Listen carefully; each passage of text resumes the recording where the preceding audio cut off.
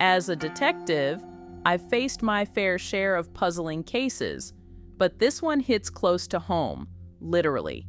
Imagine having to solve a case where the prime suspect is your own reflection. That's right. My adversary in this case is not just a mirror image, but a manifestation of my inner struggles. The stage is set for a psychological battle like no other. Emotional manipulation can be a subtle yet powerful tool. It starts with small doubts, perhaps about my abilities or my judgment, and gradually escalates into a crescendo of self-doubt. My reflection begins to question my professional accomplishments, suggesting that perhaps I'm not as competent as I think I am. It toys with my personal relationships, making me wonder if I'm truly appreciated by those around me. The manipulation seeps into my dreams, making it difficult to discern reality from illusion. The line between my personal and professional life begins to blur. I find myself second-guessing decisions I would normally make with confidence. My reflection's constant whispering in my mind makes me question my own sanity. I start to feel isolated, as if I'm the only one fighting this internal battle. My relationships with colleagues and loved ones begin to suffer as I become withdrawn and less engaged. The emotional toll is significant. I feel like I'm losing myself in this maze of self-doubt. My reflection knows exactly which buttons to press to make me doubt my own strength. It's a constant battle to stay one step ahead, to solve the puzzle before it solves me. I'm desperate to regain control, to silence the voice that's eating away at my confidence.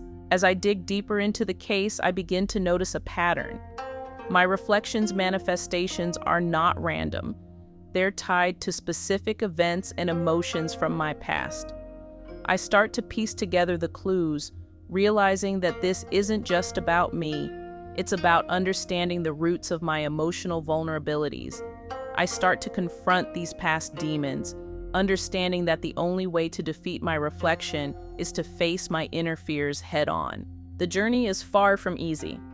There are moments of clarity followed by waves of despair. I question whether I'm making progress or just getting lost in my own psyche. But with each step forward, I gain a little more insight into the manipulation tactics my reflection uses. I learn to recognize the signs of emotional manipulation, not just from others, but from myself. The turning point comes when I realize that my reflection is not the enemy. It's a symptom of a deeper issue. I understand that the real battle is not against my reflection, but against my own vulnerabilities. This realization is both liberating and terrifying.